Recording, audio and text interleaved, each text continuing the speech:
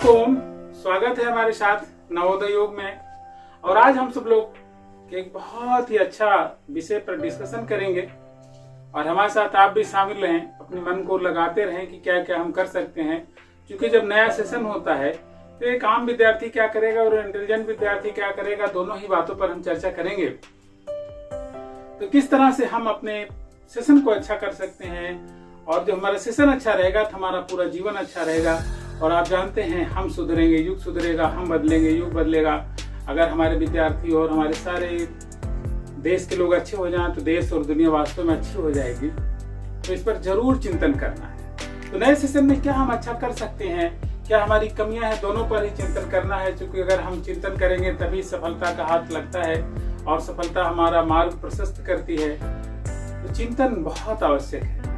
आप नोट करें कि अपनी 10 अच्छाइयां क्या हैं और 10 कमियां क्या हैं। उन अच्छाइयों को कैसे आप इम्प्रूव कर सकते हैं। हर स्टूडेंट की अलग अलग अच्छाई होती है। तो पढ़ना लिखना बहुत सारे लोगों को होता ही है, लेकिन उसके अलावा किसी म्यूजिक में हॉबी होती है, किसी की खेल कूद में होती है। तो एक साइड वाला भी एक अच्छाई लेकर चले। पढ़ाई लिखाई की अच्छाइयों तो तुलना करेंगे ही, साइड वाली अच्छाई को भी डेवलप करने के लिए क्या करेंगे, इस पर भी आप थोड़ा सा फोकस करें। जैसे आप जानते हैं कि अध्यापन के अलावा हम लोग योग में बहुत अच्छा रुचि पहले से ही लेते थे। तो एक अलग साइड है, और वह आपका जो अलग साइड है वो आपके जीवन में बहुत अच्छा एक परफॉर्मेंस देती है, आपको इस संसार में मान सम्मान दिलाती है। तो आप देखें दूसरों की मदद कैसे कर सकते हैं, एक इसका भी एक कॉलम रखें। क्योंकि जब तक हम अपने बारे में ही सोचते हैं तो फिर हमारी दुनिया अच्छी नहीं होती है। वो चाहे चंद्रशेखर आजाद रहे हों, चाहे सरदार भगत सिंह रहे हों, महात्मा गांधी रहे हों, चाहे हमारे सुभाष चंद्र बोस रहे हों, और अब्राहम लिंकन से लेके बहुत सारे लोग रहे हों। जीवन में उन्होंने एक ब्रॉड मानसिकता रखी, बहुत ही बृहद सोच रखी। और जो बृहद पूरे देशवासियों के लिए जो सोच रखी ना, उसी से आज हम उनको नमन करते हैं, उनको प्रणाम करते हैं। तो जो केवल अपने बारे में सोचता हो तो कभी सफल होता ही नहीं, उसे दुनिया सफल मानती ही नहीं। आज नाम उन्हीं लोगों का है जिन लोगों ने सबके लिए सोचा। अगर राम ने केवल अपने लिए सोचा होता, कृष्ण ने केवल अपने ही लिए सोचा होता, तो आज हमारे इतने पूजनीय न होते।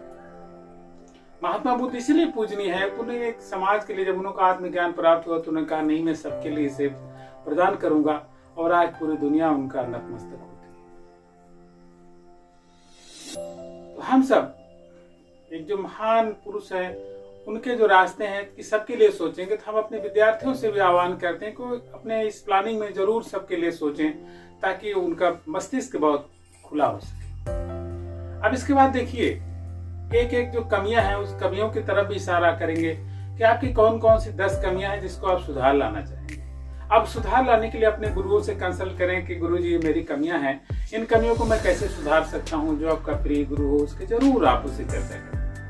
फिर आप देखिए, एक तो आपके मित्र मंडली होगी, उनसे चर्चा करें कि ये मेरी कमियां हैं, कैसे सुधार, उन पॉइंट्स को आप नोट करें। फिर जो बुजुर्ग आपके होते हैं, जिनको देश दुनिया का अनुभव है, जो ज्ञानी है, एक देहाती और ऐसे व्यक्ति से न चर्चा करें कि जो उसके पास ज्ञान हो, लेकिन जिसे आप समझते हो कि वास्तव में प्रबुद्ध व्यक्ति है, उससे देखें, चर्चा करें। तो ये 3 जब कंसल्टेशन आपके पास मिल जाएंगे और उसके पॉइंट्स आपके पास रहेंगे, तो आप फिर खुद सोचिए, और फिर आपका जो रास्ता निकलेगा वो परफेक्ट रास्ता होगा अपनी आत्मा से। फिर आप उस पर चल के देखिए उन 10 कमियों को दूर करने के लिए। और जब उसे दूर कर ले जाएंगे ना, तो आप देखेंगे आपका जीवन कितना अच्छा है। तो अपनी अच्छाइयों को वर्धित करना है, इनहेंस करना है, और अपनी कमियों को भी दूर करना है, उन्हें अच्छाई में बदलना है।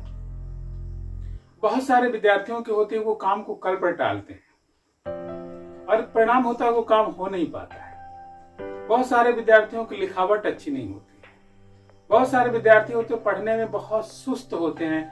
तो कैसे तेज पढ़ें, फास्ट रीडिंग के तरीके क्या हो सकते हैं। बहुत सारे विद्यार्थी सोचते हैं कल पढ़ेंगे, और वो रात में सोचते हैं रात में ज्यादा पढ़ें, फिर वो पढ़ नहीं पाते हैं।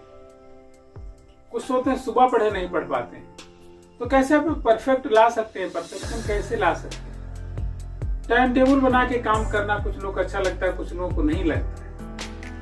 लेकिन हर विषय का एक टाइम टेबल ना भी बनाए तो हर विषय को कवर करने के लिए एक रणनीति बनानी चाहिए। कैसे प्रतिदिन हर विषय का कवर, कैसे हम रिवीजन कर सके। रिवीजन बहुत मस्त होता है। रिवीजन जब हम करते हैं तभी हमारा याददाश्त अच्छी होती। बार बार करत करत अभ्यास से जड़मति होत सुजान, रसरी आवत जात के सिल पर परत निशान। तो बार बार जब अभ्यास करते हैं तभी हम अच्छे बनते हैं। तो अभ्यास को बार बार करना है।